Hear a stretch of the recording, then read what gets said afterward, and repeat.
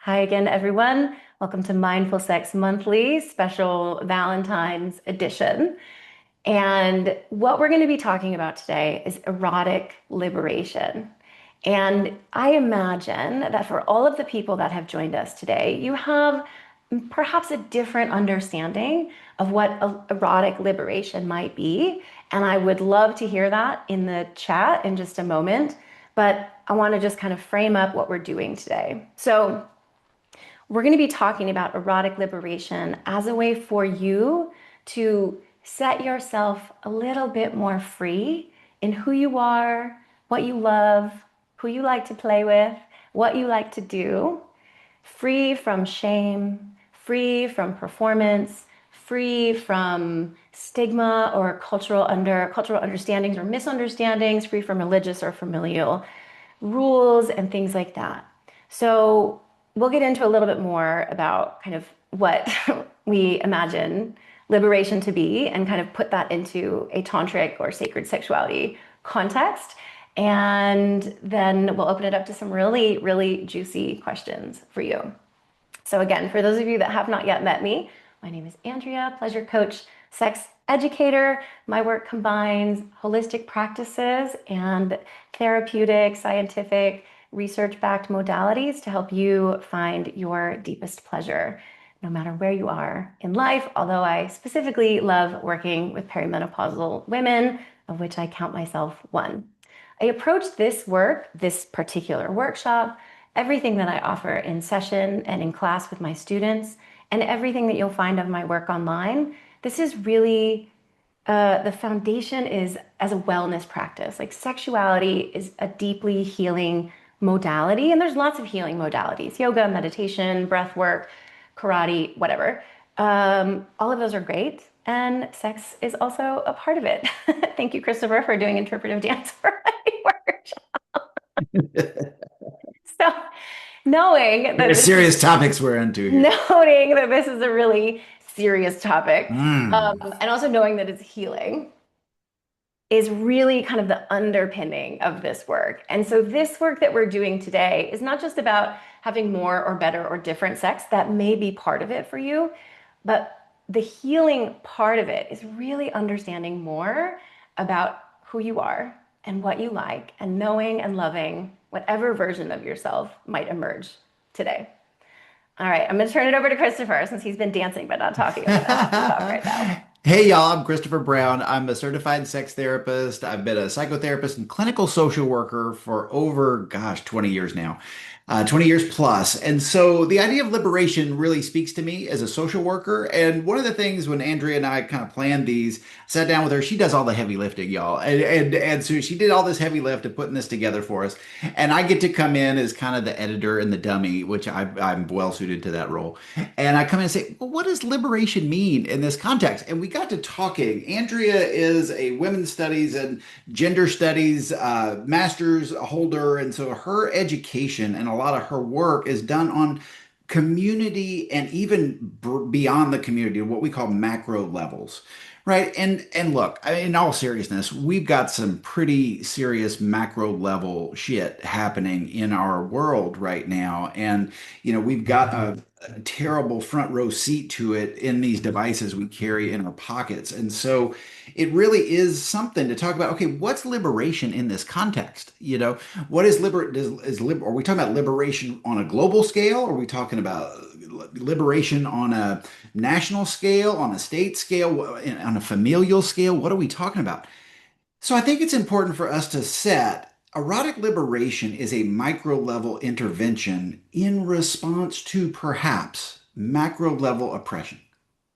So as we talk about erotic liberation, is how do we set our erotic energy free and the expression of that energy free in the face of systems or people who want to keep our authentic selves suppressed for their own reasons, right? So when we talk about liberation, Andrea and I aren't qualified to talk about liberation on a political scale, but we are eminently well qualified to talk about liberation on an individual scale. And so that's what we're really going to talk about today. And we're going to try to do it a little bit different. She and I can fill the space, y'all. So if y'all don't want to participate, we can talk.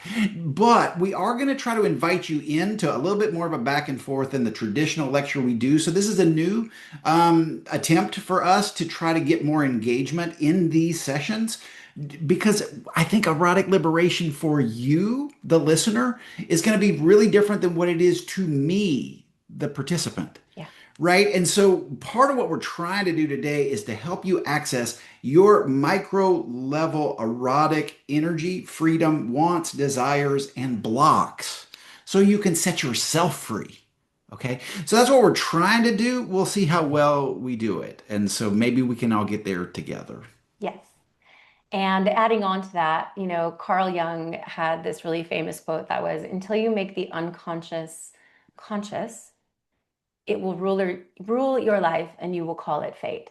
And you can spin that a little bit to think about sexuality, right? When we don't acknowledge, explore, invite in questions about who we are and what we might like, and maybe I like that person, but I'm not supposed to, then we're kind of operating in this unconscious level of what society, culture, media, family, religion, other partners have told us what is okay, what we should like, love, fuck, experience. And so we're going to work on dismantling a little bit of that right now. All of that to say, while I am a coach and Christopher is a therapist, this workshop is not meant to be a substitute for one-on-one or individual help that you might need or want at this time in this moment of giant collective sexual shadow being exposed in such like a potent and gross way with the Epstein files. Like we are in this moment of really deep reckoning. And while, like Christopher said, we're working today on the micro level, which is to say what's in you is just as important as all the news and all the stuff that's happening. And I really believe that once we start this inquiry with ourselves and start again this healing with ourselves, that spirals outward. When we set ourselves free, it inspires others to become free in their own way. When we as a couple demonstrate how we operate together, how we teach together, how we are erotic together, that's a model for other couples. When we teach a class and there's 20 people experiencing things all together, they are all models for each other. And so too, as you explore this in yourself today, you spiral that outwards into the collective. We're not going to solve the kind of gigantic problems that we're facing right now, which are in so many ways liberatory struggles: racism, sexism, homophobia, transphobia, genocide, all of these things. But what we can do is start here in the micro and just be a little bit nicer and a little bit kinder to ourselves and more clear about who we are so that we can then take that outwards. That being said, some of the stuff we approach today might be a little bit triggering. So again, this is not a substitute for therapy or coaching. This is also not meant to be a processing group. So we're going to ask you questions and we want to hear feedback, but we're not going to have the capacity or the space to do like a full half an hour kind of spot coaching session. So I do invite you to be really mindful of your body, your nervous system, how you're responding to whatever comes up in you, and please resource yourself with snacks, with beverages, with cozy blankets, with a beloved pet, or by turning off the screen. You are welcome to leave at any time.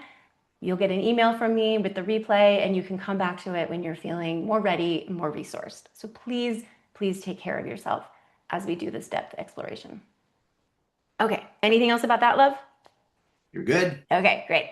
So I want to do a quick intro to our mindful sex workshops, which you found yourself in today. This is one of the free offerings that Christopher and I do as a service offering to the world. We teach these monthly. Next month on March 10th, I believe, the second Saturday, we'll be teaching at the same time, and we'll be teaching about mindful, multiple orgasmic journeys. We've taught this class before. It's always a big winner, and it helps you, no matter what type of body you have multiple orgasms, lots of pleasure, orgasms in different ways, and it's a really fun class. So I hope you can join us. This helps us build community. We've got your emails. You'll get some emails from me. This is a way to stay in touch. You can unsubscribe. Consent is important, but I really hope you stick around so that you can keep joining our classes and eventually maybe work with us.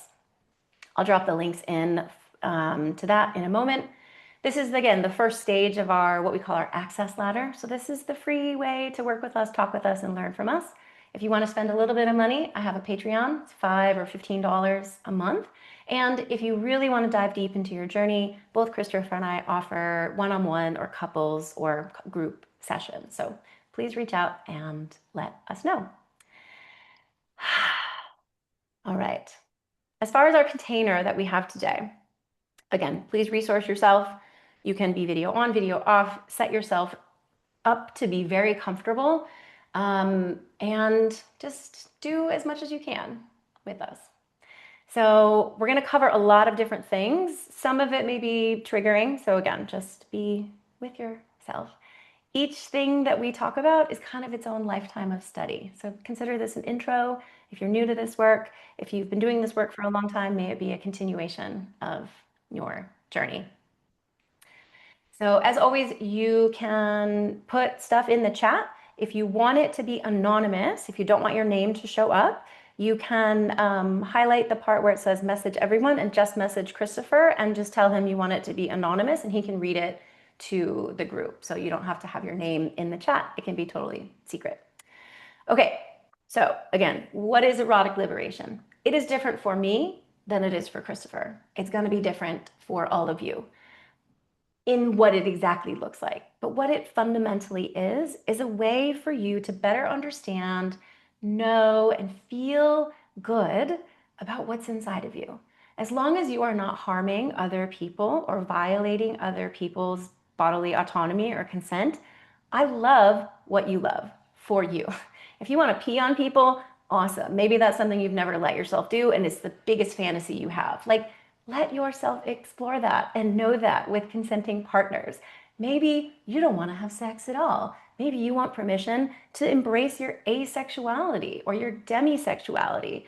There is a whole range of ways to express yourself erotically, sexually, and none of them are wrong as long as you're not harming people. That's always the asterisk.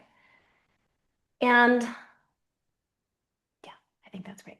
So we're going to focus on, while we could think again about liberation as political liberation, we could think about it as spiritual liberation. So I'll talk a little bit in a moment about the tantric path towards spiritual liberation. But what this helps us understand is that this kind of internal individual sexual liberation is how we start. Like, it is actually, I think, unending. I think that the more we discover about ourselves, the more there is to know.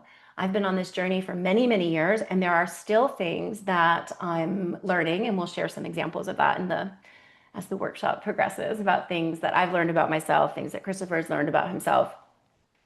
And while my little radical feminist heart wants to dismantle the religious heteropatriarchy, like, we're not gonna be able to do that today. But what we can do is start to pull some of those tethers out of you. No matter how you grew up, we're all kind of steeped in this culture. And it helps us be more free in the skin that we're in. So how does this relate to Tantra? Many of you know that the other background of my work is sacred sexuality and tantric sexuality, which is to bring the divine into our sexual experiences and into our consciousness. And tantric philosophy is itself a liberatory path because it eliminates the separation between us and the divine. Tantric philosophy tells us that we are actually divine consciousness in action. What lives through us and what we see out there are all manifestations of the goddess. And once we start to understand that we are part of this broader goddess consciousness, then we start to understand and love and honor the different aspects of ourselves that other religions and traditions and cultures have tried to get us to deny. Our wild sexuality, our queerness, our kinkiness, our love for whoever we want to love at however many people at a time. So if you are a kinky queer person like me and you grew up being told that that was wrong or you were going to go to hell, so many other religions in the world kind of have a mediator, right? There's me, and then there's a person in between me and God. And what makes Tantra so unique is that it eliminates that middleman. It eliminates that mediator between you and divine consciousness. And when we start to understand that we are all connected in this way to Goddess consciousness, to spirit, universe, God, whatever you want to call it, again, we can start to love and embrace these aspects of ourselves that have historically been shamed or wronged and illuminate some of those shadows that might be hiding in us. Anything you want to add to that, my darling? I can't imagine making it better. So I'm going to, believe it or not, I'm going to shut my mouth. I would like for you to actually talk about Eros and Thanos because Oh, that would be all my right, all most right, all right. right. Right. Okay, It's not so Thanos, it's Thanos. But yeah, so let's talk about this Thanos. kind of in the other types of mythology My, too. I think my this is my important. as I wear my Stranger Things sweater, my love of the Marvel Cinematic Universe has infected Andrea. She's talking about Thanos, which delights me, but she's really wanting me to talk about Thanatos, which is death, right? Thanatos is kind of the metaphor we use in therapy for death anxiety, which we all have on some level. If we're born mortal, which we all are, then we all have death anxiety on some level. So, what is the cosmic antidote to Thanatos and death anxiety? It's Eros, right? So, it is love, it is sex, it is eroticism, maybe expressed differently in each person. And I think Andrea is alluding to that, right? And so we're going to get into how erotic or eros energy doesn't even have to be expressed sexually, but it is the aliveness. If you think about eroticism as aliveness, it is the antidote to death, right? Here in this life.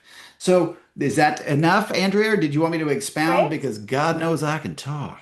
I know. I wrote in my Patreon post about this. Like, we can talk, but we're gonna try and like make space for everybody else to like do this work. So I'm trying to like go through my list really quickly. So yeah. Anyway, I'm gonna follow my list, and we'll come back to that, I'm sure. Great.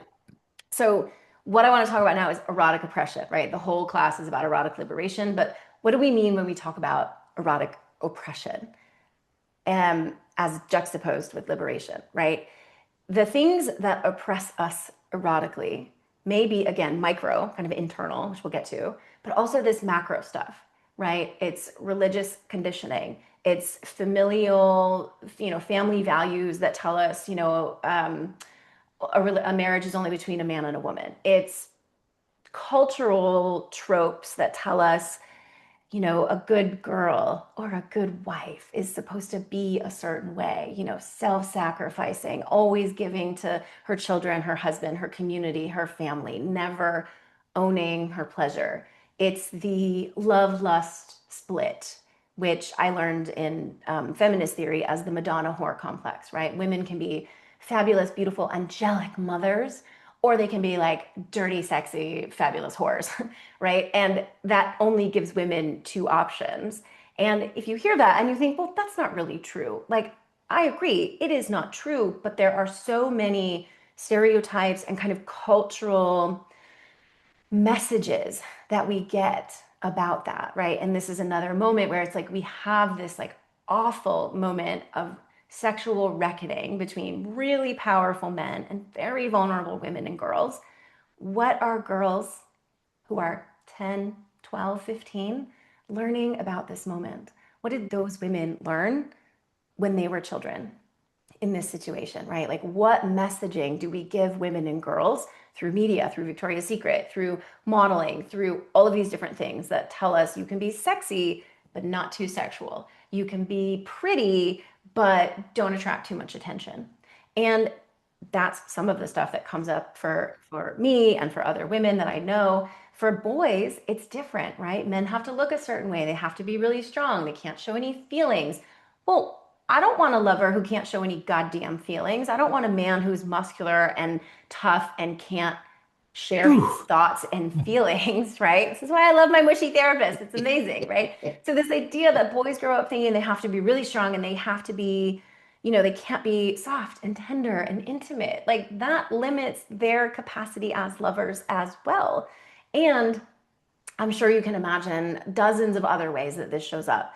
One of the things that we still hear about it in kind of cultural messaging, like literally our photographer said something like this to Christopher at our fucking wedding, like knowing who we are and what we do.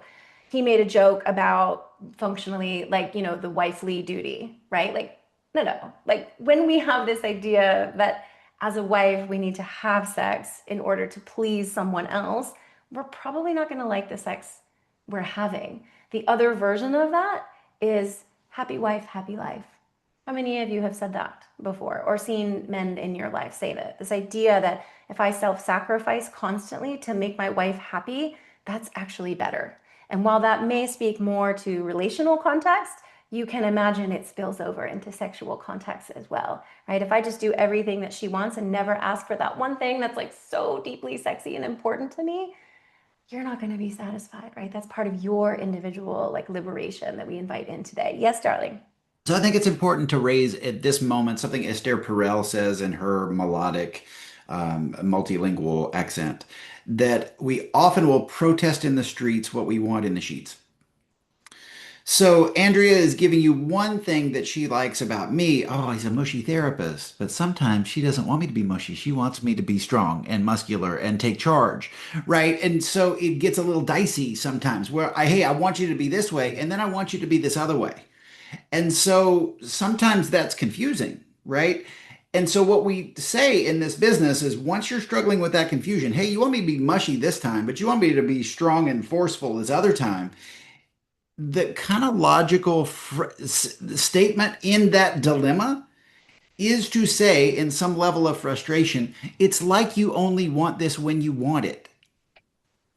Ah, that's it. That's it. And so when you feel that frustration, take the next step. Now we're talking about like graduate level consent, right? So consent beyond, if it's not hell yes, it's a no. That's a great message about consent, by the way, but it's basic, right? But the next step is, yeah, I want mush now and I want strength then, right? Okay, this is part of how when Andrea says ask for what you want, the hard part internally for me, and maybe for y'all, maybe not, sometimes I want something that doesn't fit that mushy therapist thing that she says she likes, and yet she says she likes it. So what about this thing in me that's not so mushy in therapy? Like, what do I do with that?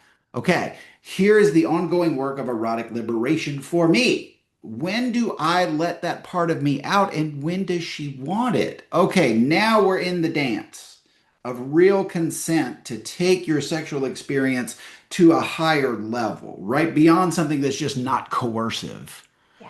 right? As Andrea was talking, I did a little look up because one of the things that I function as a sex therapist, one of the frameworks that I use all the time are sexual health principles. And I'm going to give them to you now. You're welcome to write them down. They're valuable and important. But really, what I'm doing in illustrating this is to tell you the 5 things around safety that you have to have from a sexual value standpoint before you get to the one positive. Okay? So, 6 sexual health values. Number 1, consent, right? What we're talking about right now. 2, non exploitation, right? So, Andrea's alluding to that scenario in the Epstein files where we're all seeing this massive exploitative experience that we're all being flooded with, right? So, sexual health principle number 2, non exploitation. Sexual health principle 3, a right to health. Pregnancy only if I want it, no STIs specifically, right? So then honesty, honesty, honesty. Okay. 5, shared values around what sex means. Okay. Then 6, after those 5, then we get to mutual pleasure for everybody. Right? So this is where it is tricky and it is frustrating, but we don't have a right to act out that frustration, right? But we do need to do something with it. So this is part of erotic liberation, is we're kind of using this just as a lived example. Hey, I like a mushy guy who can express his feelings, except when I don't, right? And to be able to hold that dichotomy and then display an authentic version of each of those if that's what our partner wants at a given time, right? I mean, now we start to get the complexity of this micro level erotic liberation. Okay. Yeah, the only thing I want to add to that is that that's not always available, right? Like I might want him to show up in a certain way because I'm feeling a certain way. And so, A, I need to know how I'm feeling. B, I need to know how to articulate that. C, I need to ask for it. And D, he needs to be available for it. Last week, we'll have a non-sexual example. Last week, I really kind of wanted support on Saturday afternoon for this thing that I wanted to do. And I had kind of set up my day for this thing. And he came back from a run and was just worked and tired and starving and devastated. And so we were able to switch roles and I was able to kind of focus on him. But if I had expected him to show up and be my Tom and be in this certain way, like then we all would have been disappointed because he doesn't have access to that right now. Right. So knowing that, so I think one of the things, Christopher, you're bringing up is that we all have these facets of sexuality, right? Sometimes I'm a little soft and subby, and sometimes I'm a little bit more toppy. Sometimes I'm more neutral. I don't always have access to all those parts. Sometimes I'm more aroused and more turned on. Sometimes I'm a little bit more quiet and introverted. Like I don't always have access to my sexual self. I don't always have access to all these parts of me. So part of what we're weaving in here is also understanding what I call your erotic mosaic, which is a class that we taught last year around like understanding how all these things move, right? Your blueprints, your desire mapping, your pleasure, your turn on, how kinky you are, your sexuality, all these things overlap all the time. And part of again, the liberation in this context is knowing who those parts of you are, knowing who's present, right? So almost like internal family systems, but for your turn on, right? Well, I know I want to be domed That's a good tonight, analogy. and so I need to make sure I'm a certain way and you're a certain way, and our nervous systems are, yeah, that's what I'm going to So say when about we that. talk in jargon, I always want to decode that. So if Yeah. y'all aren't familiar with internal family systems, the basic idea is we're all made up of parts, right? And sometimes some parts are forward and sometimes some parts aren't. Sometimes some parts are hidden. Sometimes some parts are really spotlighted, right? So it's our work to know what are our parts and who's forward at any given time. Now, how do I communicate that to my partner? Right. Yeah, I'm going to drop in the erotic mosaic workshop that we taught Awesome. last year. That would be good. Okay. So the other part of so coming back to erotic oppression, right? So we have these kind of like cultural tropes, good girl, nice guy, wifely duty, things like that. But there's also this idea that, there's like a good kind of sex to have. And if you grew up in a religious culture or in this puritanical bubble of the US, good sex is if you're making babies, right? Good sex is not that you just hang out and masturbate together and you both have multiple orgasms. Like that's not good sex. Like that's not, what we mean by sex. What we mean by sex is somebody puts a penis inside of somebody else's vagina and maybe we make a baby, or try to make a baby. So part of understanding your own liberation is what do you want? What do you want? Have you always wanted to kiss a girl? Have you always wanted to get pegged? Have you always wanted to pee on someone, like I mentioned earlier? Have you always wanted to not engage with sex? Have you wanted to be free from the cultural or interpersonal obligation of sexual expression? Maybe that is your freedom, is to actually get off the bus and just be like, this is not for me. But that is also not kind of socially accepted, right? It's kind of this what we call compulsory sexuality, and especially compulsory heterosexuality, which is that if I'm a woman, I'm supposed to be attracted sexually and emotionally to a man. What if I'm not attracted to anybody? That's a valid approach as well. You raised your hand.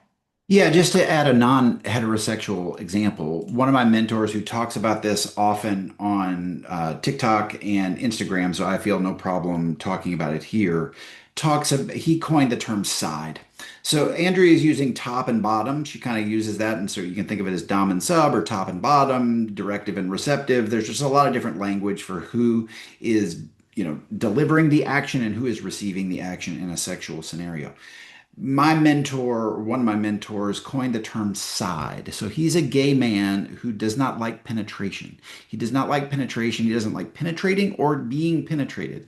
So he likes what he calls side sexual activities. This is hands, mouths, that sort of thing, kissing, right? All that. We have a big umbrella that we call sex, right? So side fun is different than top or bottom fun, but he gets a lot of grief for not being gay enough because he doesn't either like to top or bottom. So it's not, this idea that there's one right way to do it isn't limited to heteronormative stuff. Interesting. Depending on whatever, subculture you're a part of or want to be a part of, there are going to be standards and norms in those too. And you're going to have people say, well, if you don't take it up the butt, you're not doing it right. You're not doing gay right. That's literally not true, but that is something that is out there that's real that we have to fight and claim. No, I am a side. And that's one reason why this man, this therapist out of Michigan, coined the term side because sometimes having a label kind of helps validate that this is real. It's not just tops and bottoms, there are also sides. So there's a non heteronormative example of the same thing, Andrea. Yeah, awesome. I think as a bisexual woman, I feel that as well because it's like if you're bisexual, it's kind of assumed or expected that you're like 50-50. And that's just not how sexuality works. I have married and partnered with a man. That doesn't mean I'm not bisexual or somehow less bisexual, right? So there, that again, we take away the heteronormativity of it. Well, and Andrea, to make it even more plain for you, and you can speak to this better than me, but bi erasure is quite real. I mean, in a lot of the ally spaces I am with LGBTQ folks, within that broad umbrella of a mosaic of a community, there are people in the community who believe bisexual isn't real. It's just a way station on the way to being fully gay. Yeah. And that's bullshit. I mean, bi-erasure happens and it's a real phenomenon. So as you start to liberate yourself in your own mind, y'all, you're gonna bump up against these cultural norms, not just the big global ones, but within these communities. So, we were talking, Andrea and I were talking about this today. The experience of erotic liberation is not a one and done. It's not like I set myself free and I'm done. I got to continually guard against the messaging that I'm getting from my communities to hold on to my true self, who is evolving along the way. So the two step of erotic liberation is know myself and stand up for myself. Know myself and stand up for myself. Yeah. Yeah. A couple comments in the chat. Yes, I love this. And somebody else said, yeah, I have friends who won't acknowledge my bisexuality because I mostly date men. And there's kind of that externalized biphobia or bi erasure. And it wasn't until my mid 30s that I really understood, and I didn't really have a name for it actually until I met Christopher, this kind of internal biphobia.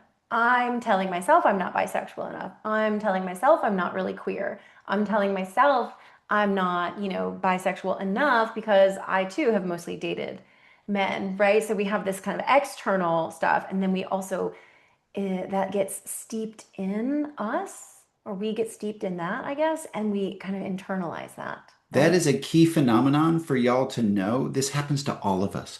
We call it internal object relations in psychodynamic theory. Object is a tricky word, it means other. So it's other. We internalize others. We human beings, this is what we do. It's not something you're doing wrong. We take people in, especially formative people who are important to us. And Andrea was talking about it earlier. She did an exercise at one point in her life going, whose voices am I listening to within myself about my own sexuality? Oh, it turns out none of them were me, Yeah. right? They were these internalized others that she had been around. And again, we all do it. We all do it. This is one of those things that therapists learn about. And so we can work with it in sessions that we all should know because we're all in relationship. We're built to be relating creatures, human beings. We're not built to be solo, right? So as we are in these relationships, we internalize the people around us and their biases. Yeah. Yeah. And that's a perfect segue because some of the other ways we may notice our own erotic oppression once we start paying attention is saying something like, well, I could never tell my partner that. I could never tell my partner I like that thing. Um, One of the things, I'll give a personal example. One of the things that came up for us was, as Christopher and I started spending more time together and dating and really moving towards a very serious relationship, was really experiencing what it was like to be really allowed in this full capacity to be bisexual. And historically, I'd been in relationships where it was okay to date other women, but not other men, right? So there's that kind of there's a misogyny rooted in there, which Christopher's very opposed to. So when That's the I, values piece. We were talking about sexual health principles. That's values, yeah, right? That bumps up against a value of mine. I can feel the disgust response in me, which is innate to all of us, right? I can feel it as she tells the story. I go, ooh, like I'm smelling bad milk, ugh, ugh, mm. and one time I had had a really amazing massage when we first moved here. I found a new massage therapist who was really great, really fun, very handsome. And I came home, and many days later, maybe a week later, we were a little bit high and we were playing around. And Christopher brought in the idea of like, well, what if you went on a date with him? What if you brought him home? And I had like never let myself, like, of course I'm attracted to men, right? I'm married to one, but the idea of actually like dating a man or bringing one home in the context of this relationship was this kind of layer of my own expression, both of bisexuality and non-monogamy, of like, that's okay. Like, so we had a really fun play session, really imagining like what it would be like to have this like very strong massage person like massaging me while Christopher was fucking me. And that was one of the kind of liberatory moments as we were thinking about what can we share in this workshop that would kind of bring this home. That was a real powerful moment for me. Again, I know I'm attracted to men, but being attracted to men while being married to another man felt like its own like next layer of this discovery. Yes, Okay, Ken. so Andrea's giving you a great example. So now I can invite y'all in. This isn't necessarily to talk on camera or anything, but this is a good chance to say, okay, she's giving you a lived example. My limiting belief was, Andrea kind of summed that up. Your limiting belief was, That it wasn't really okay to date other men in our relationship. and I heard especially once you're married to a man, then it's wow, that limiting belief kind of got stronger. Yeah. Yeah, I think so. Okay. So then she discovers this. She has this awareness, right? So part of her own erotic liberation is giving herself permission, right? And then the next step for us was then to act out a fantasy scene. And I do want to offer y'all this framework. As you set yourself free erotically, and there are things that you want, you can have them within yourself, Hmm. in your own fantasy life. You're not obligated to share it with anybody, but you get to have it. You get to enjoy it. You could share it with somebody else, and then you could have it in a fantasy scene. If Andrea and I took her example to the next level and had it in scene, we would invite said massage therapist or another in to actually live out that scene, but then the person goes away. Right? So you have I can live out, I can have my expression in fantasy, I can have it in scene, which means it's for a discrete period of time where everybody knows the rules and everybody knows their roles and everybody knows what they're getting into, right? Then you can have it in real life, meaning I want to live this lifestyle 24/7. Right. So that's really important as you think about, okay, I've realized this about myself. How do I want to own this in fantasy, in scene, or in real life? So Andrea gave you an example where she had a realization, she set herself free, and we had a fantasy scene. So kind of a mid step in between those first two. So I invite all of you, what are some limiting beliefs that you have taken in from others that are really constraining you from getting to have what you want? And then once you realize that, how would you want to express it? In fantasy, in scene, or in real life? So I just invite you all to think about that and make a couple of notes. If anybody wants to share it in the chat, I'm monitoring. You're welcome, but it's not obligated. Not obligated. Yeah. And if you're not sure what that is, I'd invite you to think about what is something that you would be afraid to tell your lover or your partner? That thing that you've always wanted that you've never spoken out loud? What is something that you would be scared to tell your parents? That you're non-monogamous, that you're kinky, that you're queer? And Parents Andrea, don't just to necessarily. illustrate that, if you're willing, and remember, no is always a valid option, so you can tell me to go fly a kite. Um, about what age did you know you were bisexual?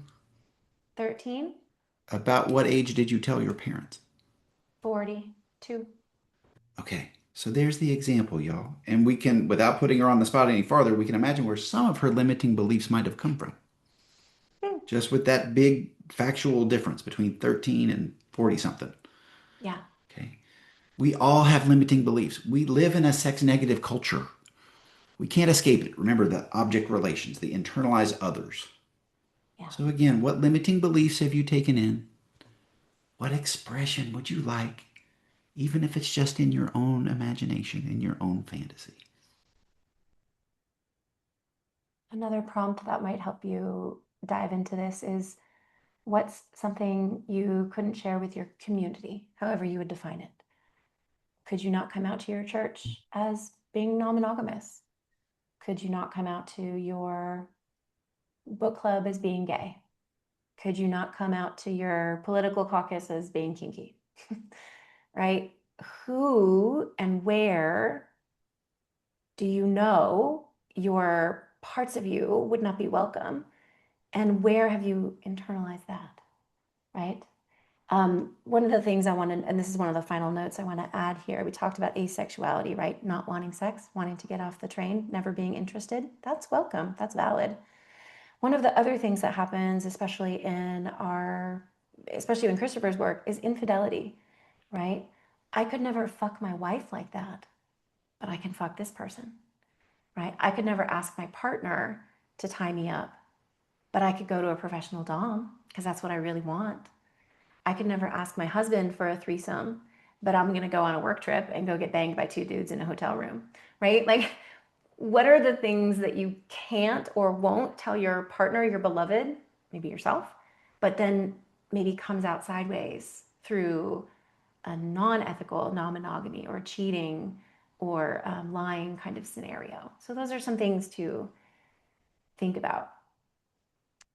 Yeah. Um, Andrea, I'm going to let you look at those two questions and yeah, comments in the chat while I kind of add a bit to your story to buy you some time, sure. but also give y'all some extra information. So, Andrea's right. One of my specialties is working with betrayal, right? Which and ethical non-monogamy. So you can have plenty of betrayal in non-monogamous relationships, by the way. So there's this idea that if we're open, then hey, it inoculates us from cheating. No, no, no, no. But there is something, to what Andrea is saying, that if I go into a marriage suppressing my own sexual needs because I'm afraid to ask for it or I'm afraid of the reaction I'm going to get if I even give voice to it. In other words, I'm going to feel like I'm going to get judged or shamed or, whatever. Then it's what we call a lie-inducing agreement. And usually in lie-inducing agreements, what happens is we try to bury that part of ourselves, but then the expression comes out sideways in some unconscious way that leaves us making worse choices than if we had been honest with ourselves and the other person from the beginning. Now, if I didn't occupy this male body, y'all, just to give you a little context on me, there is no doubt I would have been the victim of interpersonal violence. I'm in a big body, so the abusive partners I used to be with didn't hit me, but but I do know very, very well that there are certain relationships where it is not safe to say these things to your partner. So that's different than this internalized shame messaging that we might have gotten growing up. This is a practical reality of trying to survive an abusive situation.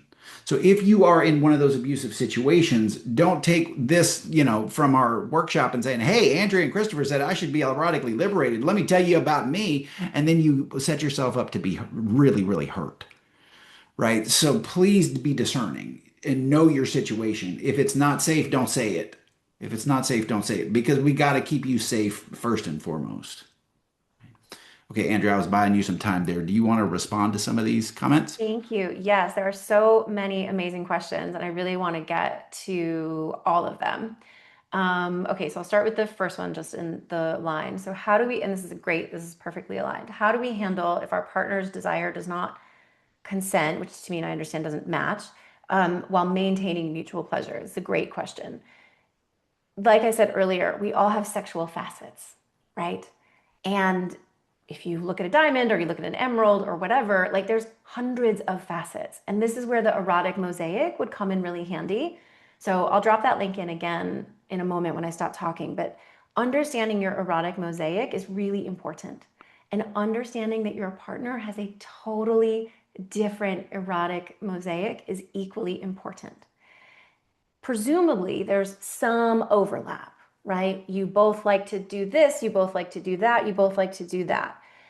A good example in our relationship is that Christopher really loves anal sex, and it's a little bit tricky for me. It's not my favorite thing, right? So, how do we manage that? It kind of depends on the day, depends on where I'm at. We do it sometimes, not all the time. We do it lots of prep, things like that. So, there are ways to get your needs met, and they may not always align. So, partly, again, that's understanding where your alignment is and focusing on the things that really align. For the things that do not align, you can A, have them in scene, like Christopher was saying, like we're going to do this scene where we're going to play with this one thing for an hour, whether that's like a power dynamic or a rope jam or something like that. It's not really my favorite thing, but I love this person and I want to give him what he wants. I am willing to play, right? And then, kind of the third option is to find it outside of the partnership, whether that's again in your fantasy. I love, I love being tied up. My partner's not into it. So I'm going to go to ropes classes. I'm going to watch rope pornography or read erotica about it. It is going to live in here because it's not going to be actualized in my partnership. Or I'm going to find a partner who wants to play that way, who matches me in that particular way. Maybe it's sexual, maybe it's not. So that's my version of that. I'm sure, Christopher, you have something else to Are say. you okay if I out you a little bit on something else, not the anal bit? Yes. Okay, so the anal sex example is a good, what we call in therapy, a compromise formation, right? Something I really want, she's not really into, but she's willing under certain circumstances to give me the generous gift, right? Here's So the then, but. then I have to decide, is that meeting my needs or not, right? Because part of my fantasy is I want you to really like it, Yeah. right? And like, oh, if I know you don't really like it, okay, does that change things for me, right? Then is that something that just needs to live in fantasy? To give a more maybe divergent example, and Andrea, tell me to stop. Give me red as a safe word if I get into something you don't want me to say. Does that sound good? Okay.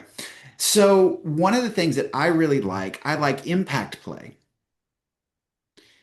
Andrea was abused as a child. And for some of us who were abused, some of us can and do early on eroticize the abuse, and some of us do not. In impact play, which is spanking, flogging, think of those kind of kinky activities, it hits a wound in Andrea of the abused child. She was abused, but that abuse was not eroticized in her erotic upbringing, which we're going to talk about a little more later. So for me, I then have to really decide, oh, okay, this is not something that's going to find expression in our play. It is not a generous gift that I want to even ask her to give because I understand what it means and represents for her, right? So there are times where, so for me, what do I do with that impact? So it literally is a fantasy that occasionally pops up in my imagination. And that's where I get to have it in this partnership, right?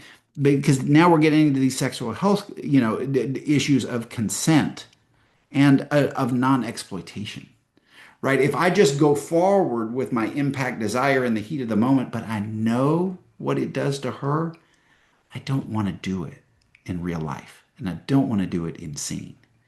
Okay, so there's an example. Just because you have a desire doesn't mean you get to have expression with your partner. But this is where you got to be good at negotiating, right? And this is where all the couple therapy and partner therapy communication skills come in. And even with all that, y'all, I have made mistakes along the way with this, and we've had to debrief mistakes after play. So again, I want to tell you, as you find yourself liberated and you find a partner who's willing to do the liberation work with you, you're still going to have mistakes. And that's part of it. And that's part of it. That's the art. Yeah, it's a hard part of it, but it is part of it. And that's why these sexual health principles can be a guiding factor, right? So my advice on all this, talk to your partner about it if it's safe. Remember, if it's safe. So I'm going to assume safety in your partnership.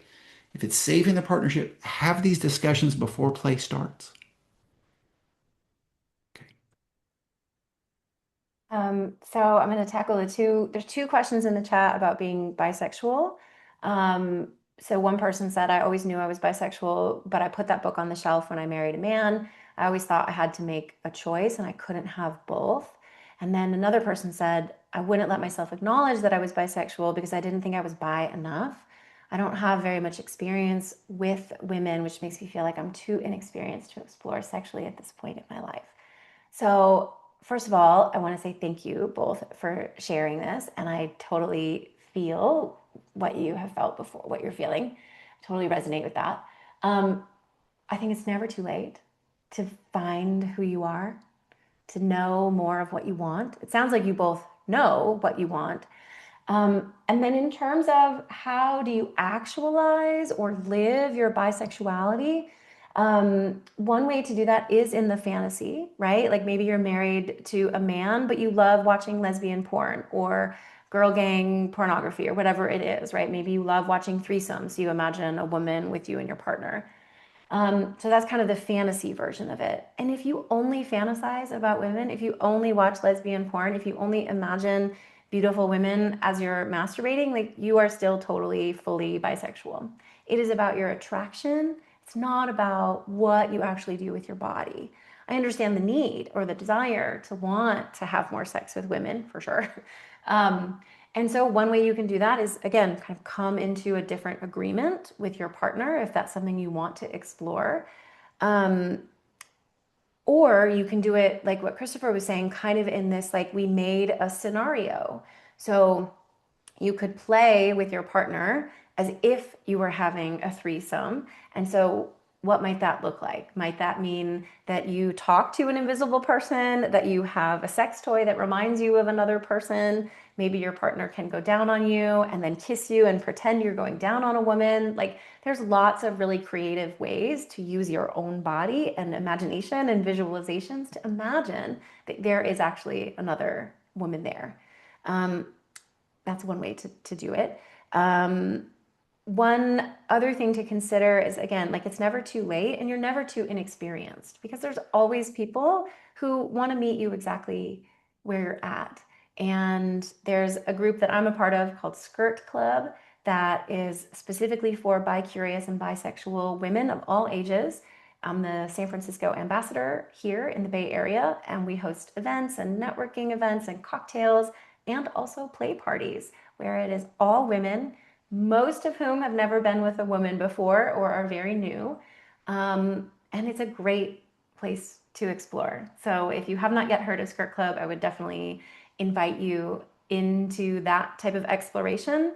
Um, yeah, I think that's all I want to say about that. I Couple think of things just to clean up the chat a little bit. I had a question here. How do we handle if a partner desire and do not consent while maintaining mutual pleasure in the relationship? And that's why I gave the example of Andrea and me in Impact Play of like, oh, okay, this is a boundary for her.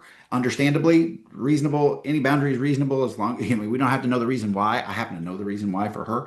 So it really helps me understand just the power behind the boundary, helps me empathize, right? But then where do I get expression of this part of my sexuality? That's in, Andrea said a good fantasy example, which is pornography. So if you don't know about pornography as fantasy, that's what it is. A lot of us got our sex education from pornography and we weren't told anything else. So we thought pornography was the way real sex was supposed to be. That's not true. Pornography is fantasy, right? So I could have impact in that way. I could get that part of my expression here, but bring a lot of my other facets for expression with my partner. So that was an example in trying to respond to that. Someone else said, coming to terms with wanting to be in a slut phase and having many partners. Okay, what that brings up for me in therapy is an internalized love lust split. right? Like a slut phase, it would be what I would think of as how we're conditioned to think of that lust split in our own hearts, right?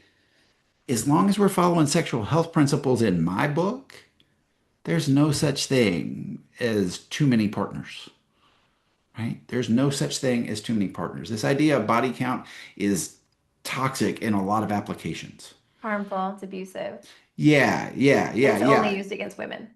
And, Not only, but yeah, be careful when we say all blank or blank.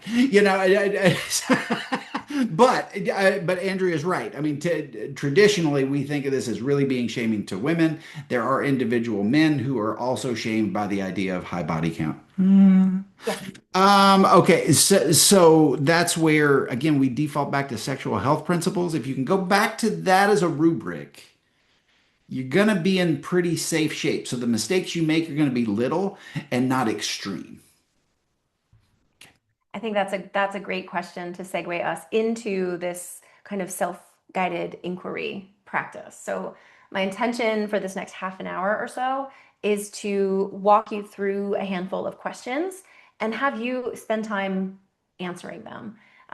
There's four different sections that we've mapped out. We'll see if we can get through all four of them because I also want to leave like 5-10 minutes at the end just for open discussion. Um, the kind of categories that we've worked out are Eros as life force. So again, kind of coming back to that erotic energy as life energy, creative energy, flow state, being in the moment, connected to the divine as an antidote to death anxiety. Um, Number two is performance versus organic arousal, right? Where are we taught to perform our desire? Where are we taught to perform our pleasure instead of being organically turned on, right? So a lot of my work, especially with my perimenopausal women, is about coming back to your organic arousal. Like what actually turns you on when you slow down and pay attention. Number three is boundaries, tolerations, resentment. Where are we having sex where we don't really want to? That's a really important one. And then the fourth one, we'll see if we can weave this in, is desire and communication. So again, make yourself comfy, grab a notebook, um, and just as we start, this kind of a blanket question.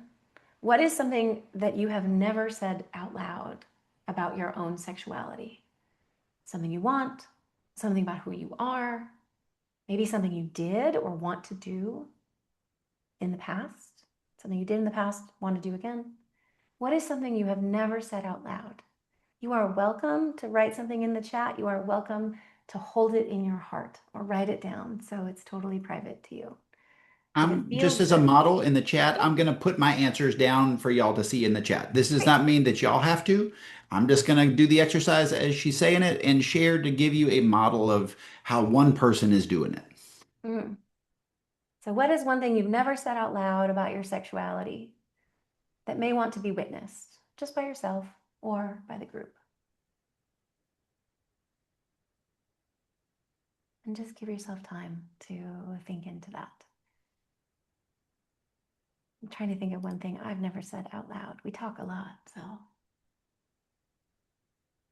Mm. And I will say, as I write this, and because this can be true for you too, remember we've talked about this a bunch of different ways. We've talked about internal family systems that we're all made up of parts. Andrea's used the metaphor that we all have facets. So when I write this, I'm aware this is not all of me. But when Yeah. she asked the question, there is a part of me that still believes what I'm about to hit return on. If I can figure out how to do it. Yeah, the way sexuality changes can be very rough as you age. Yes, that's kind of, oh, that's powerful, darling. The way it changes as you age can be very rough. Yes, I feel that, and Christopher especially has taught a lot about that before. So, That is totally true. And one of the practices for this, it's a very practical practice, is to establish new expectations for your body as a sexual being at every decade of life as you age into adulthood. right? So think from like say 20 to 30 and 30 to 40 and 40 to 50, 50 to 60, 60 to 70, 70 to 80, 80 to 90. Okay. What do I expect out of my body? One of the biggest things with men in my practice that I see them grieving is the loss of their erectile function, which is coming for all penis owners, no matter how healthy we live, right? But if I live with an unupdated template for what I expect of this body, I will default to thinking normal good sex is the same sex I had when I started. So, in other words, I would expect my penis to behave at 50 and 60 and 70 and 80 the way it did when I was 20. Okay, that is a setup for depression through relativism, right? So, updating that erotic template by the decade in adulthood really, really is the key here. Mhm. I love the share, Christopher. Thank you. I love the share from the person who said, I want to be more sex driven and actually play at play parties. I feel that. I want to have threesomes. I want to experience being with a woman. I signed up for Skirt Club. Yay! Yay! That's really awesome. If you want to private message me and let me know what city you're in, I am part of the ambassador crew and I can connect you with the people closest to you or in your city. So you can have an intro and talk about the events and stuff. Um, and not sharing of outside partners being bi man and the social stigma. Yeah, the biphobia is really intense for women and it's really intense for men too. Bisexual men have been, I would say, even more disregarded than bisexual women. And that's really harmful. And I'm really sorry. Um, there is a lot of social stigma around it. Like Christopher said, bisexuality, I think, especially in men, is kind of seen as a way station. Like if you're bisexual as a man, you're actually gay. And if you're bisexual as a woman, you're actually straight. And what is at the root of that is misogyny, which is to say that women's pleasure doesn't matter. Because if it's only women, that doesn't count, right? It only counts really if a man is involved, right? So a bisexual man has to really want women or has to really want men. A bisexual woman has to really want men, right? So, um, how do I deal with taboo sexual attraction that I don't want to act on but can't ignore? Therapist, I'm going to give that one to you. Yeah, without knowing specifics, generally this is we then say we live this part of our sexuality, right? Part lives in fantasy. Yeah. And how do I get to have fantasy around that that is really fulfilling? Right? And what would that look like? What would that sound like? How often would I experience that? The one thing I will say in general is, I guess in addition to fantasy, there is a difference between a kinkster and a fetisher. A fetisher, right? So a fetisher needs the one thing. So if my fetish was, say, high-heeled shoes, and I could only come if I see high-heeled shoes, if I'm touching them, if I see women in them, they're wearing them, and that's the only way I can get there, then I get to qualify as a fetishist. If I just like it and it's a real high turn on, but I can have orgasms and pleasure in other ways as well, then I'm a kinkster, right? And so part of it is knowing, okay, am I a fetishist where the only thing that can get me off is this really legitimately taboo thing that may or may not be against these sexual health principles? Let's just assume that a person in the world, and they exist, and I've worked with them, have, yes, I'm a fetishist. This is my one thing. And the thing I've gotten erotically programmed to be turned on by is something that violates sexual health principles. Okay, so that's really, really, really, really, really tough. And it's really, really, really, really hard. And so the expression of that is how do I find a fantasy sexual life that is genuinely fulfilling while keeping other people safe? Right? So remember, sexual health principles, there are five around safety generally, and there's one around pleasure. So again, sexual stuff is powerful, y'all. It's powerful. So very broadly, that's an answer. The specifics would be better served towards an individual therapy session, to Yeah. be honest. But generally, that's an answer. Yeah. I also want to say taboo is really culturally socially specific, right? Like what might be taboo for me might be different from somebody from Mexico Such a or good point.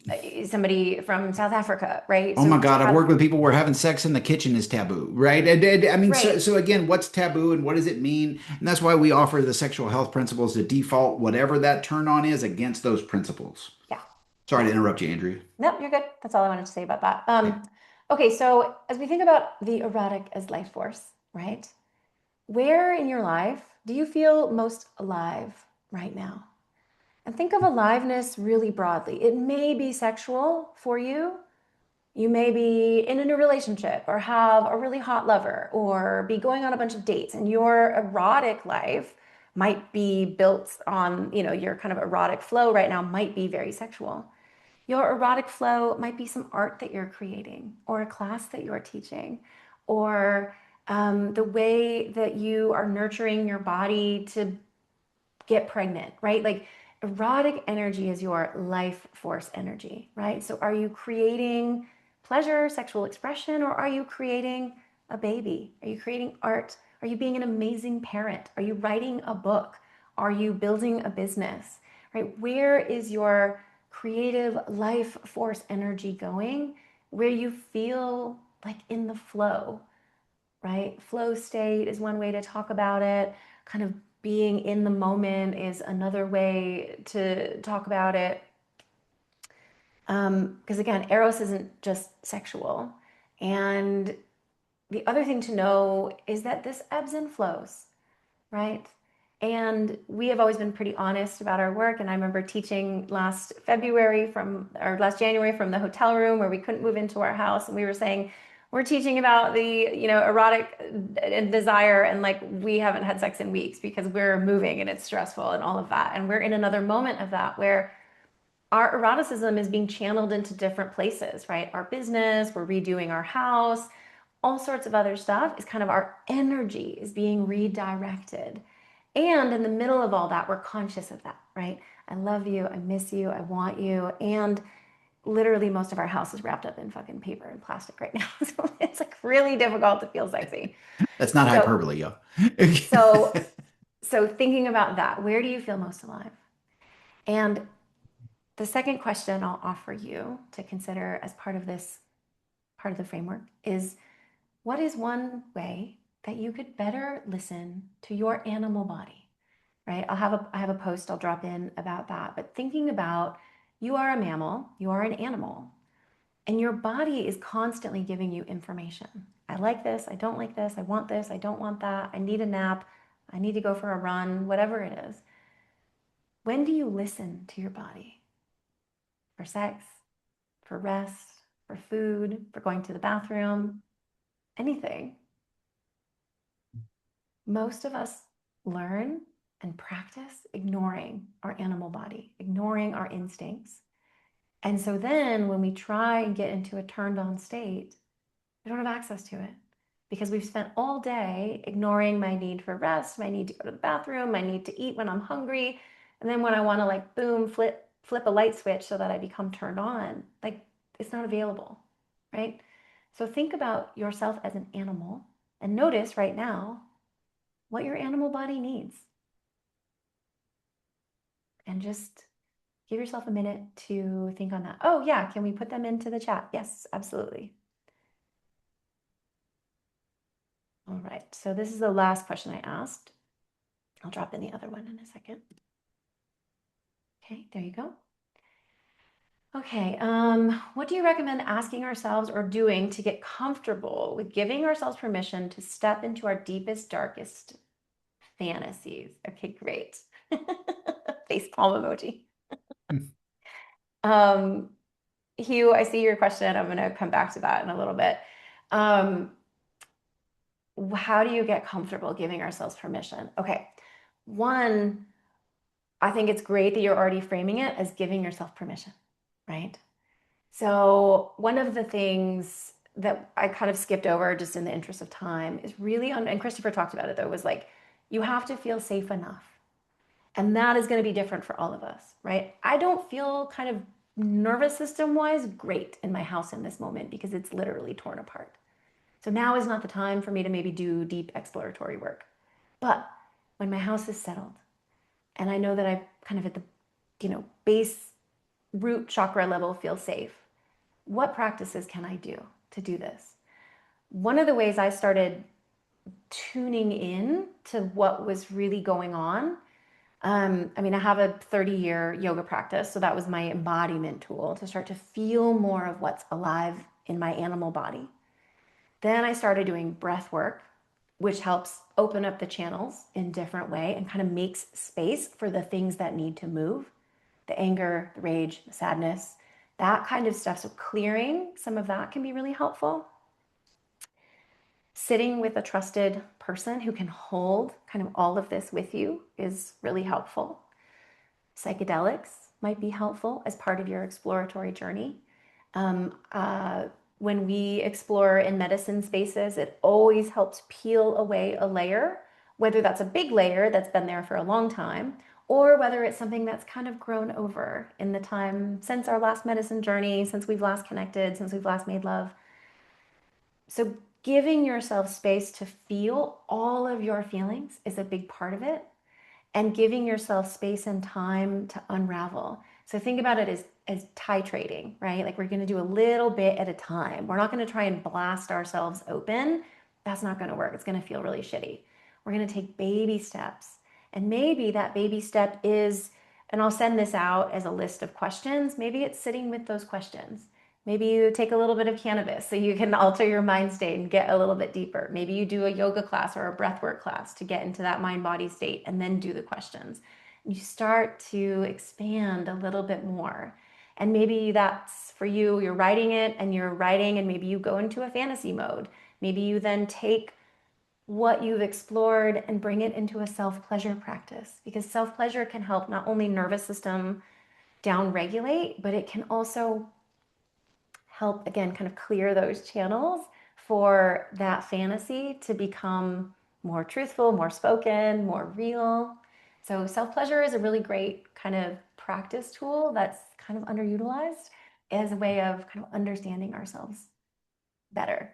So I hope that answers um, some of that I have question. a Yeah. couple of comments here just from past things in the chat, Andrea.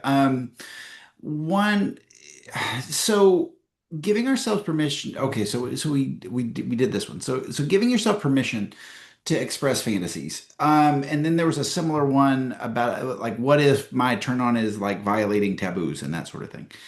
Um, a couple of thoughts on that. One is, and Andrea's hitting it.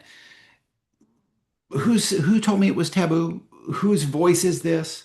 What cultural message? Who's defining that? And again, for me, what I do is when I look at that, I go, okay, let me one identify. Oh, this came from the yeah, I'm from Southwest Louisiana. This came from the Catholic Church as defined by Southwest Louisiana. Okay, got it.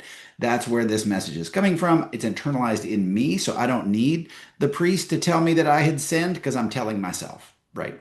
I don't need the priest to tell me I'm bad because I already know. There's that internalized, oppression, right? Okay, let me now work at that. Is that something I want to hold on to? Is that a value, to go back to sexual health principles, that I want to hold going forward? Right? If the answer is no, and I feel clean on the side of the street where sexual values are, now I'm free to then go express, right? But then how do I express? And does that express in fantasy and on my own? Because then I only need my own consent. Or do I need other people involved? And one of the things that comes to mind, a taboo that is really big in our world, is consensual non-consent, right? So this is somebody who has a fantasy of forced sex and wants to have that experience in scene, but doesn't want to have it in real life, right? Because nobody wants to have it in real life, right? I may have a rape fantasy, but that doesn't mean I want it in real life. Now, we've worked with people who have done elaborate scenes to create the consensual non consent experience. But this is for experts. This is for experts, right? And they really negotiate how to do it. So there's an element of surprise so that the person who really wants it and the people participating to give that experience in scene can really deliver. But this is something you don't do spontaneously, in my opinion, right? So there's a taboo that you can express in scene if you find people who are experienced and who are willing to set a very strict container so that no exploitation happens. Okay. That's happened. It's happened really, really well, and it's happened really, really badly. But there's a taboo example. So again, if it's taboo, is it taboo because my church told me that I was only supposed to have, sex with my married spouse for the purpose of, creating babies and only in the bedroom? Well, then, having oral sex in the kitchen is a huge taboo based on that old standard, right? But if my real taboo is I want consensual, non-consenting sex, oh, okay. Now we're talking about something that to have expression, we got to have a lot of talk and a lot of really skilled people around us to help make that happen. And it can happen. Yeah. Okay, Andrew, anything to add there? No. Okay. No. So I dropped the next round of questions in for those of you who want to read it. And you can take these one at a time, or you can read them and kind of answer them all. So this is the performance versus arousal. And when I think of performance, what I mean by performance is unconscious performance, right? If you are deciding to create a scene where somebody's going to be a doctor and somebody else is going to be the naughty nurse, like great, like perform to your little heart's content. But that's again agreed upon performance. What I'm talking about more is unconscious performance, right? And Glennon Doyle said this really well in one of her books. She said, as a woman, I learned to be desirable, but not to desire. So, and I have felt this in my own body. I know plenty of other women I know feel this, where we have to perform our pleasure because we think that's what people want, because we think that's what's expected, because we think that's going to make our partner happy, because we don't want to hurt their ego, because we want to make them think they did a good job, because I think I'm supposed to. This is not, and this is a little bit separate from kind of like survival stuff. So I'm going to just put that aside, but I do want to acknowledge it. But what I'm talking about is more this kind of casual, like, well, I don't really like it this way, but my partner really likes it. So I'm going to do it for them and I'm going to make the right noises and I'm going to fake my orgasm and I'm going to pretend to like it. Um, that's what I mean by performing. And what that does is that, again, it distances us from our innate turn on, our organic arousal, what is really naturally happening in our body. So it distances us from ourselves, but it also distances us from our partners. If I show up and I'm moaning and writhing and doing all these things and I actually don't like it, that is going to give Christopher the wrong idea about what I like. And I am going to train my body to not like sex because I'm fucking faking it. And never mind what happens after 5, 10 years, you get tired of faking it and you have to tell your partner, like, hey, by the way, I've actually been faking it for 10 years. Like, that nobody wins in that scenario.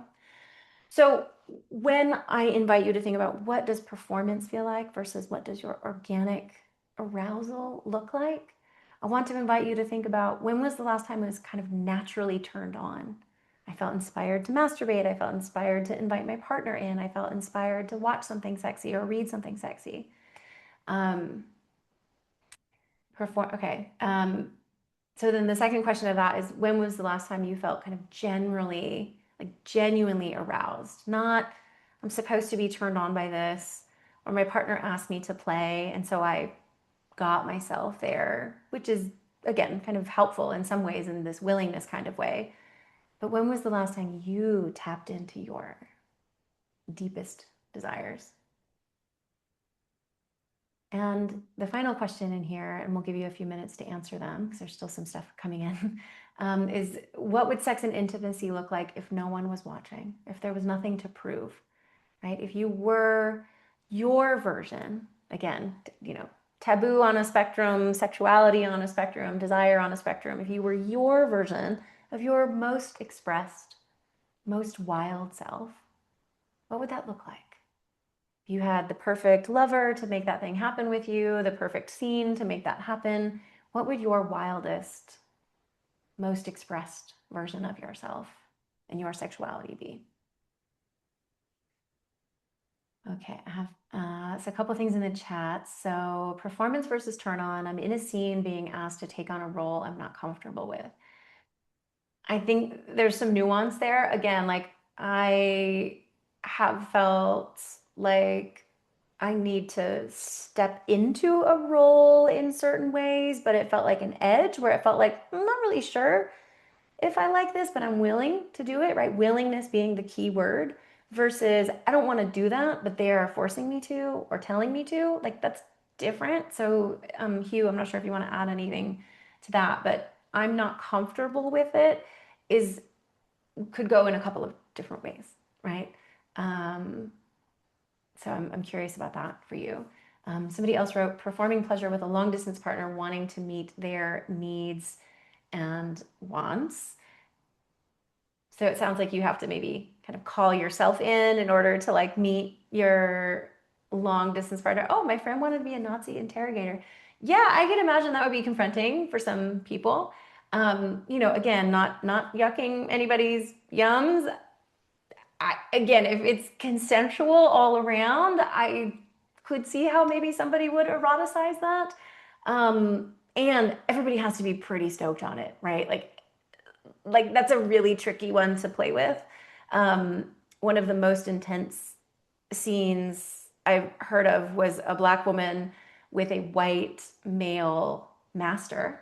So they have a master slave dynamic. And, that takes a certain type of work to be able to get there, to play with what is so deeply harmful, has been so deeply harmful, and to eroticize that and to play with that is really powerful. I would say probably similar with Nazi stuff. Like you have to really be super consensual and super on board with stuff and pretty good at that. Christopher, you wanted to add something? Uh, well, you kind of did what I would have done. So in scenes like that, where I get curious is, okay, what's the function of this scene for the person who's asking for it? Yeah. And for me, I've participated in scenes which have nothing to do with my turn on. And I have done it because it was really compelling why the person who wanted to receive wanted this experience. And then I really asked myself, is there anything in this that violates my own values? Again, going back to sexual health principles. Because just because somebody wants it, this is, me speaking as a recovering people pleaser, y'all. Just because somebody wants it doesn't mean I'm the one obligated to do it, Yeah. right? So that's where I really have to stay differentiated, which is a therapeutic way of saying I have to be in connection with you and still in touch with what my own no's are and my own yeses, right? While I'm in the dialogue, right? So if I'm being asked to perform what for someone say is a corrective emotional experience, I want to have this because it's in me and I want to repurpose it and I want to own it and I want to have control over it. Right? I'm the scene asker and I want to have control over this situation, which on its face, if somebody was just observing it from the outside, would look as if they had no control. But the corrective emotional experience is the one asking for the scene actually has all the control, right? So they get to have some mastery over a cultural or sometimes a specific trauma to their lives, right? And it can be a corrective emotional experience. When somebody asks me for that and I decide is it within my values to participate in said thing, that doesn't mean it turns me on. But am I willing to give in this moment so the other person can have their corrective emotional experience? Sometimes the answer is yes, sometimes the answer is no. If the answer is no, I usually try to connect people with others who would be potential people who could provide that service to them without it violating their values. Right? Andrea, Yeah. that's kind of my 2 cents on that one. Yeah, great. We are pro sex work in this household. So if you can't get your needs met through your lover, through your partner, hire someone. Yeah. Hire And someone Andrea, who's an expert. They're excuse going to me, do it better. I'm gonna go take care of my animal body. I'll be right Good, back. great. All right, we have our last series of questions, and we're getting close to the 90-minute mark. So if anybody needs to drop, please do. But I'm going to drop the last set of questions in here. And this one's about boundaries, tolerations, and resentments. Because what happens for so many of us, especially in long term partnerships, is that we don't ask for what we want. We perform our pleasure and then we get super pissed, but we don't talk about that either. So we build these layers of resentment and we hold them against our partner. They may or may not know this. So, part of the way we beat this is by creating very good boundaries. Part of the way we create good boundaries is by understanding our tolerations. And I will always credit my darling friend Tara Ann for teaching me this the first time. What are you tolerating in your turn on, in your intimate life, in your sex life right now that you do not like? The things that are not harmful, directly harmful. We're not talking abuse, we're not talking consent violations. We're talking about things that just bother you. You do not like them. My partner always wants to have sex in the morning. I only want to have sex at night, but I still do it in the morning. That's a toleration, probably. They always want to have sex with the lights on. I always want to have sex with the lights off. Might be a toleration for you. And again, we talked a lot about kind of like what are you willing to do versus what are you sucking it up for, right? That might be another way to say it. Like, what are you sucking up and not saying anything about in your partnership? Where are you tolerating something that you don't love? Is it the way that somebody smells? You want them to brush their teeth or shave their face first? You want them to, again, create a different environment for you to make love in. You want to, um, I lived in a really small house when I was living by myself in Hawaii before I moved in with Christopher. And I was tolerating my neighbor's dog being 5 feet from my bed because their driveway bumped up against my bedroom. That was a toleration that I couldn't really do much about because it's just a small house and that's where it was. I was tolerating my neighbors screaming on the other side of the house. Couldn't do anything about that. I could tolerate the bright light by getting curtains, right? So some tolerations you can manage, some you cannot. But what are you tolerating in your sex life that is costing you access to your turn on? Another way to say this in some sex educator framework is what are the breaks? What are the things that annoy you and keep you from being your most turned on self? Could be the neighbors, could be your partner's needs to brush their teeth, could be sand in the sheets. I don't know. Literally anything could be a break or a toleration. And if you could set one boundary today without fear or consequence, what would that be? So if you can take something that comes up as a toleration, can you set a boundary around that? We'll use the teeth brushing thing. Like, I love to make out with you, but I'm not going to make out with you unless you brush your teeth first. That feels pretty easy to do. Feels like your partner should probably understand that. That's a boundary you could create to eliminate that toleration, to prevent that resentment. The final question in this group is, what resentment are you carrying that you haven't spoken yet? And is the resentment in you, about your situation, maybe within your partnership, that you have not spoken about to them? And can you speak about it to address it? Tolerating temporary physical chaos in my house. Yeah, our house is a fucking mess, y'all. It's a lot to deal with. Okay, somebody said my partner would prefer that I have more of a series of flings versus girlfriends or friends with benefits. I think that is very interesting because, well, I have many thoughts about that. Um, the nature of our heart is what it is, right? Sometimes we meet people who are meant to be in our life very briefly as flings. And sometimes we meet people we have a better connection with. And even if we have a non-monogamous agreement, we can't necessarily script what those external relationships might be. And I understand your partner's desire to have, more casual, you didn't say that word exactly, but it's kind of how I read that, more casual engagements. And I hear your, interest in having slightly more serious ones. Neither of them are wrong, but there is a disconnect in kind of your dynamic or maybe some conversations that need to be had. So I'm going to hand that one over to the therapist to take on. All right. So Thank you, Shawnee. for me, I usually plot one of the questions I'll ask my non-monogamous folks is I'll plot um, sexual fidelity and emotional fidelity on two axes, the X and think X and Y axes, so they're quadrants, right? And usually we land one place where we feel about sexual fidelity and our partner lands somewhere else. And then when it comes to emotional fidelity, we usually land somewhere and our partner lands somewhere else. So what I kind of hear in that question is, hey, my partner falls pretty close to monogamous on that emotional fidelity spectrum, right? Kind of down with more sexual, non-exclusivity, but when it comes to emotional, I'm pretty monogamous, right? And so that is one of these what we would call in relationship speak a perpetual problem, right? Like if just to use me as an example, I am a polyamorous person by identity. I can love more than one person at a time. I don't crave a lot of sexual expression with strangers or just kind of, loose acquaintances. Not really interesting to me.